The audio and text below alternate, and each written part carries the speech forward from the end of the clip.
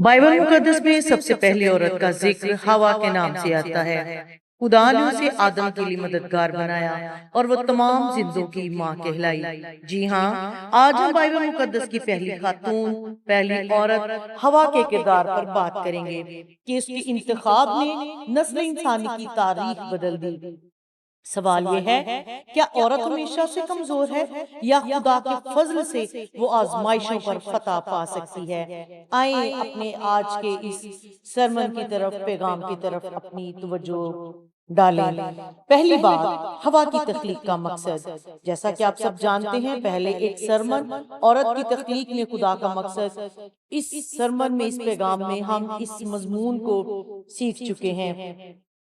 ہوا کی تخلیق کے مقصد میں سب سے پہلی بات یہ تھی کہ آدم کا اکیلا رہنا اچھا نہیں۔ خدا نے پیدائش کی کتاب اس کا 2 باب اور اس کی 18ویں آیت میں دیکھا کہ آدم کا اکیلا رہنا اچھا نہیں، میں اس کے لیے ایک مددگار، اس کی مانند بناؤں گا۔ سو خدا نے ہوا کی تخلیق میں سب سے پہلی بات آدم کی تنہائی کو دور کیا۔ دوسری بات، وہ اس کے لیے ایک مددگار اور برکت سے بھرپور ساتھی لے کر آیا۔ سو میرے عزیزو، ہوا کمزوری کی نہیں، علامت نہیں، بلکہ خدا کے منصوبے کا حصہ ہے۔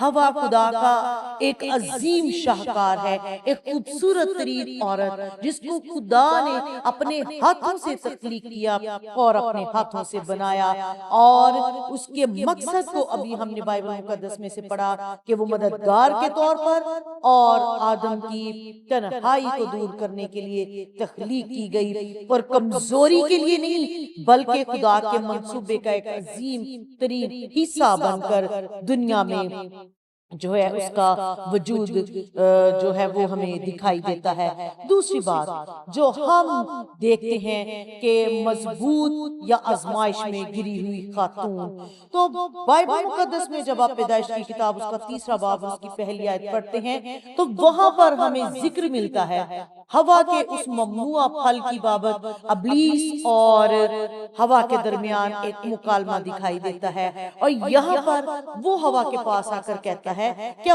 واقعی خدا نے کہا ہے کہ باغ کے کسی درخت کا پھل نہ کھانا؟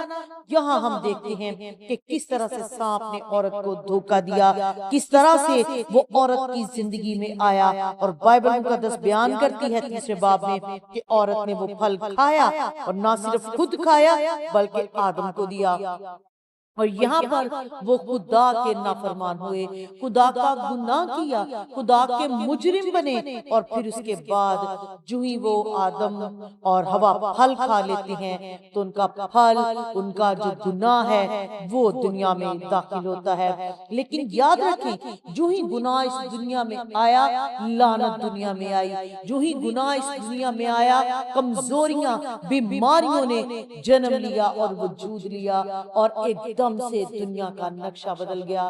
اور میرے عزیزو یاد رکھیں، خدا نے انسان کو گناہ بری دنیا میں اکیلا نہیں چھوڑا، بلکہ وہیں پر خدا نے ایک وعدہ کیا، اور بائبل مقدس بیان کرتی ہے کہ فضل کا وعدہ کیا کہ فضل ہوگا ایک عورت کے سبب سے۔ پیدائش کی کتاب اس کا 3 باب اس کی 15ویں بیان کرتی ہے، پہلی پیشن گوئی کی بابت ہمیں یہاں پر ذکر ملتا ہے، جہاں خدا کا کلام بیان کرتا ہے کہ میں تیری نسل کے درمیان اور عورت کی نسل کے درمیان عداوت ڈالوں گا، اور وہ تیرے سر کو کچلے گا۔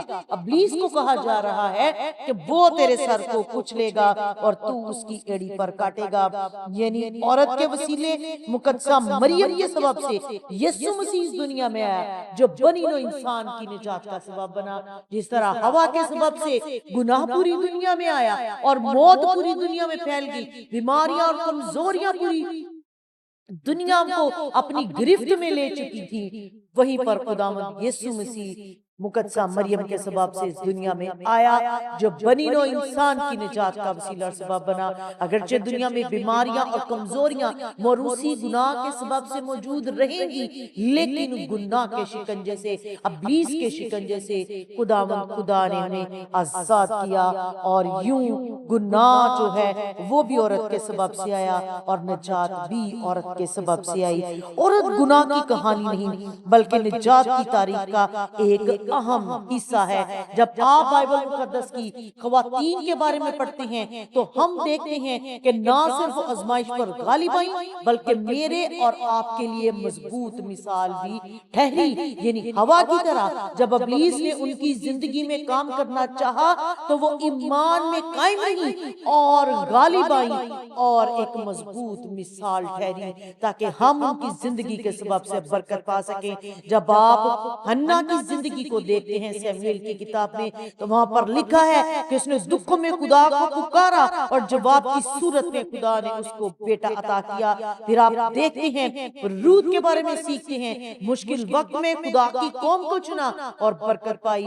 وہ ایک غیر قوم خاتون تھی لیکن جب وہ یہوہ خدا پر ایمان لے آئی، خاندانی ذمہ داریوں کو انجام دیتی رہی، وفادار اور جاں فشانی کے ساتھ اپنی بیوہ ساس اور خود بھی بیوہ ہونے کے باوجود وہ اپنی ساس کی فکر کرتی رہی، محبت کرتی رہی۔ اس کا یہ فعل خدا کی نظر میں مقبول ٹھہرا، اور سب سے بڑھ کر جو بات اس کو بہت سی خواتین پر معتبر ٹھہراتی ہے وہ اس کا رویہ ہے، جو غیر قوم ہونے کے باوجود اس نے اپنی ساس کے ساتھ عہد کیا کہ تیرا خدا میرا خدا، تیرے لوگ میرے لوگ، اور یوں وہ تمام طرح آزمائشوں میں ایمان پر ڈٹی رہی، خدا پر یہوہ خدا پر ایمان لے آئی، اور خدا نے بھی اس کو چن لیا، اور وہ جب اس کو خدا کی قوم میں چنا گیا، خدا پر ایمان لانے کے سبب سے وہ خداوند یسوع مسیح کے نسب نامے میں شامل ہوئی۔ جب آپ آستر کی کتاب کو پڑھتے ہیں اور ملکہ آستر کی زندگی کے بارے میں پڑھتے ہیں تو وہاں پر آپ دیکھتے ہیں کہ کس طرح سے ایک اسیر خاتون، ایک قیدی خاتون خدا کے عظیم منصوبے کے ساتھ محل میں پہنچتی ہے۔ جب وہ محل میں پہنچتی ہے تو وہاں پر وہ ڈٹ جاتی ہے، اپنی قوم کے لیے اپنی جان کو خطرے میں ڈالتی ہے، دعا اور روزے کی حالت میں جھکتی ہے، اور یوں وہ نہ صرف اپنے لیے بلکہ اپنی قوم کے لیے نجات کا وسیلہ اور سبب ٹھہرتی ہے۔ جب آپ مقدسہ مریم کی زندگی کو دیکھتے ہیں جس نے خدا کی مرضی کو قبول کیا، جس نے اپنا آپ، اپنا وجود تمام تر دکھوں اور تکالیف کی پرواہ کیے بغیر، احساس شرمندگی اور لوگوں کی باتوں کی پرواہ کیے بغیر جب اس نے اپنا آپ یہ کہتے ہوئے خدا کو دیا کہ دیکھ میں خدا کی بندی ہوں، میرے لیے تو تیرے کول کو موافق ہو، تو وہ نجات دہندہ کی ماں کہلائی۔ آج بھی موجودہ دور میں جب خواتین آزمائش پر غالب آتی ہیں تو وہ بہتوں کے لیے برکت کا وسیلہ اور سبب ٹھہرتی ہیں۔ میری عزیز بہنوں، موجودہ دور کی عورت کے لیے بھی آزمائشیں ہیں، موجودہ دور کی عورت کو بھی مختلف آزمائشوں کا سامنا ہوتا ہے، لیکن یاد رکھیں بائبل مقدس کی خواتین کوئی افسانوی کردار نہیں، کوئی دنیا سے الگ تھلگ عورتیں نہیں۔ ان کی زندگی جو ہے وہ کسی افسانے یا من گھڑت کہانیوں کا حصہ نہیں، بلکہ میری اور آپ کی طرح وہ بھی اس دنیا میں رہی، وہ بھی تمام تر آزمائشوں اور دکھوں اور تکالیف میں سے گزری، لیکن ان دکھوں اور تکالیف میں جس چیز نے ان کو قائم و دائم رکھا وہ خدا پر یقین، بھروسہ اور ایمان ہے۔ اور آج کی عورت کے سامنے بھی مختلف آزمائشیں ہیں، مختلف چیزیں ہیں، دنیاوی چمک دمک ہے، فیشن ہے، دکھاوا ہے، شہرت ہے، سوشل میڈیا کا جنون ہے، احساس برتری ہے، گھمنڈ ہے، میں کی پکار پائی جاتی ہے، مجھے تسلیم کیا جائے، میرے اثر و رسوخ کو تسلیم کیا جائے، مجھے دنیا میں نمایاں کیا جائے۔ ایسی آزمائشیں موجودہ دور میں ہماری زندگی کا حصہ ہیں۔ کہیں تعلقات میں وفاداری کے امتحانات ہیں اور کہیں ایماندار خواتین کی زندگی میں خاندانی مشکلات ہیں اور ایمان کے اس سفر میں رکاوٹیں ہیں۔ موجودہ دور کی خواتین کو بھی بہت سی آزمائشوں کا سامنا ہے، جیسا میں پہلے بتا چکی ہوں۔ تو میری عزیز بہنوں، سوچنے کی یہ بات ہے کہ آج جب ہمارے سامنے آزمائش آتی ہے، آج جب ابلیس ہوا کی طرح ہمارے سامنے بھی مختلف چیزوں کو رکھتا ہے، جس طرح اس نے ہوا کے سامنے اس پھل کو رکھا جس پھل کو کھانے کی بابت خدا نے منع فرمایا تھا، تو آج بھی وہ ہماری زندگی میں چمک دمک لے کر آتا ہے، آج بھی ہماری زندگی میں شہرت کا جو ہے وہ ہمارے ہمارے سامنے چوائس رکھتا ہے، وہ ہمارے سامنے گھمنڈ رکھتا ہے، وہ ہمارے سامنے خاندانی مشکلات اور ہمارے سامنے تعلقات میں وفاداری کی آزمائشیں رکھتا ہے، تو سوچنے کی ضرورت ہے جب ہم ان آزمائشوں میں پڑیں، جب ہماری زندگی میں ایسی آزمائشیں آئیں تو ہم ان آزمائشوں کا مقابلہ کس طرح سے کریں۔ اور بہت سی خواتین آج بھی ہوا کی طرح آزمائشوں میں گر جاتی ہیں، آزمائشوں کا شکار ہو جاتی ہیں، ابلیس کے منصوبوں کا حصہ بن جاتی ہیں۔ یاد رکھیں، عدن سے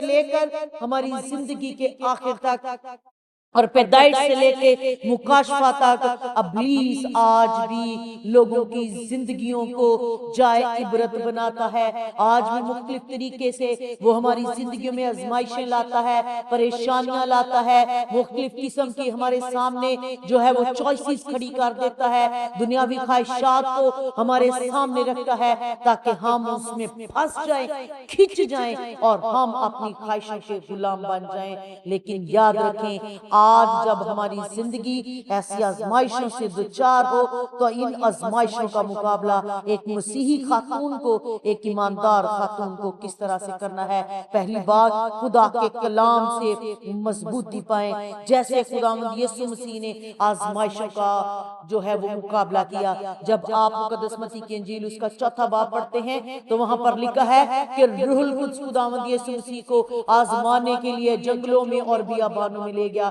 وہاں پر ابلیس نے خداوند یسوع مسیح کی آزمائش کی، کہا کہ فرما کہ یہ روٹیاں پتھر بن جائیں۔ وہاں خداوند یسوع مسیح نے آزمائش کا مقابلہ خداوند کے کلام سے کیا، اور خداوند یسوع مسیح نے کہا آدمی صرف روٹی ہی سے جیتا نہ رہے گا بلکہ ہر اس بات سے جو خدا کے منہ سے نکلتی ہے، ہر اس بات سے جو خدا کے کلام سے ہے، اس بات میں زندگی پائی جاتی ہے۔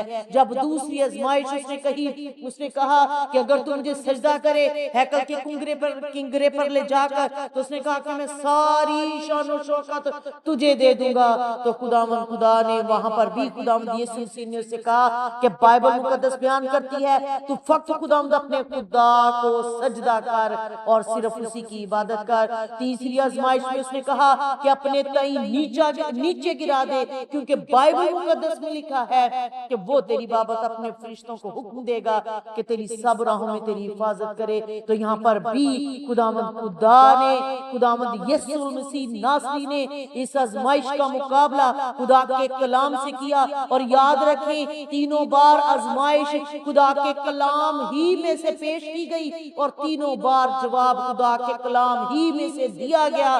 سو میرے عزیزو، آزمائشوں میں قائم رہنے کے لیے آپ کا خدا کے کلام کو جاننا بہت ضروری ہے۔ آزمائشوں میں قائم رہنے کے لیے خدا کے کلام کا آپ کی زندگی میں ہونا ضروری ہے۔ اور رومیو کا مصنف بیان کرتا ہے، پس ایمان سننے سے پیدا ہوتا ہے اور سننا مسیح کے کلام سے۔ جب آپ خدا کے کلام کو سنتے ہیں، کلام آپ کی زندگی کا حصہ بنتا ہے، تو آپ دکھوں میں، آزمائشوں میں ہمیشہ غالب آتے ہیں۔ دوسری بات، دعا میں قائم رہنا، بلا ناغہ دعا کرنا۔ جب آپ دعا کرتے ہیں تو دعا خواتین کو روحانی قوت بخشتی ہے، دعا آپ کو زور بخشتی ہے، اور دعا کے سبب سے آپ آزمائشوں پر غالب آتے ہیں۔